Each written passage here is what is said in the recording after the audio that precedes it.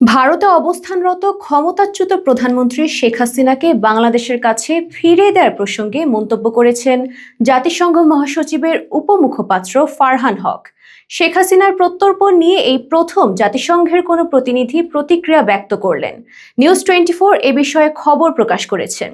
খবরে বলা হচ্ছে, বাংলাদেশে 2024 সালের জুলাই গণঅভ্যুত্থানে হতাহতের ঘটনায় জড়িতদের বস্তুনিষ্ঠ তথ্যের ভিত্তিতে চিহ্নিত করে জবাবদিহিতা নিশ্চিত করা জরুরি বলে জাতিসংঘের কর্মকর্তা মনে করেন। বুধবার দুপুরে জাতিসংঘ মহাসচিবের মুখপাত্রের নিয়মিত প্রেস ব্রিফিংয়ে শেখ হাসিনার প্রত্যাবাসন প্রশ্নটি উত্থাপিত হলে তিনি এসব কথা বলেন।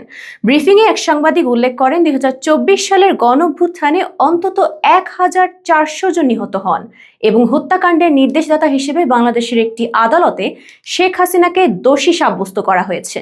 এ প্রেক্ষাপটে ন্যায় বিচার নিশ্চিত করতে জাতিসংঘ মহাসচিব ভারত সরকারকে শেখ হাসিনাকে বাংলাদেশের কাছে ফিরিয়ে দেওয়ার আহ্বান জানাবেন কিনা সে বিষয়ে জানতে চান তিনি।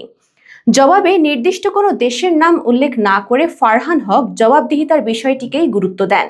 তিনি বলেন, বস্তুনিষ্ঠ তথ্যের ভিত্তিতে অপরাধীদের চিহ্নিত করে তাদের জবাবদিহিতা নিশ্চিত করা প্রয়োজন।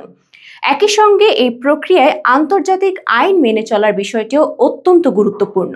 আমরা বিশ্বাস করি জবাবদিহিতা থাকা উচিত।